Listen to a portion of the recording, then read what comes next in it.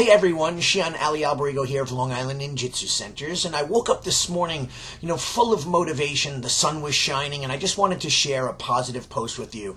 I wanted to point out to you back here, I'm cleaning up my videotapes, VHS. Yes, they still exist. And, they were hidden in the closet behind me right over there. And, that's the metaphor for today's message. Those videotapes, to me, I'm going to transfer them to DVD. It's a daunting task. It almost seems overwhelming. I'm going to do it a little at a time. But here's the thing. They were hidden in the closet. So for years, I could ignore them, neglect them, put the thought of fixing and finishing them and retaping them onto DVD out of my mind. Many times in life, that's what we do. We push aside the things that we know are important, the tasks that we know we have to do in order to move forward in life, right? I have this metaphor in this actual happening in my school because I see students that I know this because of my daughter is one of them, that she doesn't like to spar. So she doesn't go or tries to avoid or doesn't spar with certain people because she doesn't love it so much, and many students, they don't like tournaments, or they're nervous of the tournament, or the parent isn't sure if the child is ready for the tournament, so they avoid them.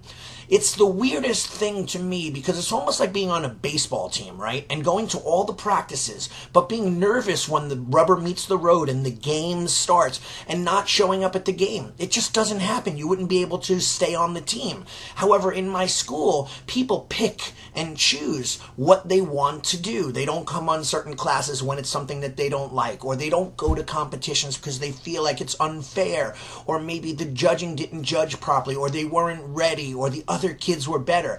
None of that will ever take you further in life. It'll only hold you stagnant or make you go backwards, right? So this is why I push. I had a few parents that were upset with me at the Shiai. Not a lot, maybe one or two, that weren't happy that their child didn't do as well as they would have liked. That's okay, guys. This is important to understand. Failure is a part of success. It's as important as succeeding. You have to fail in order to understand success. That's important. In our school systems, we only talk about, homework, or the lesson, homework, take a test, pass or fail. In fact, if we fail more often than we succeed, we are known as a failure. That is not true.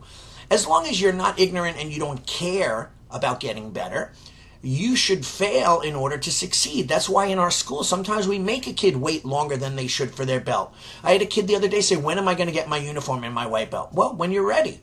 Well, when will I be ready? I don't know. That's a good question. When will you be ready, right? That's my question.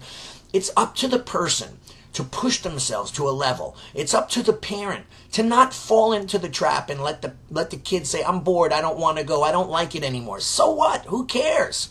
You will eventually like it again and go through these ups and downs like the heart monitor in our logo for Long Island Ninjutsu Centers, right? You will always go through these ups and downs.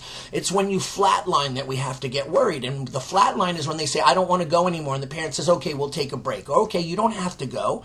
Or a student, an adult, says, yeah, I'm getting bored, or this is too routine, or I have to shift my workout around. Hogwash, right?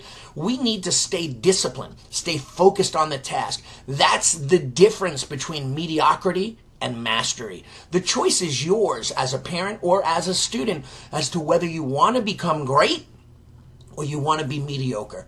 If you want to be a master, that takes years of practice without quitting, without, falling off path.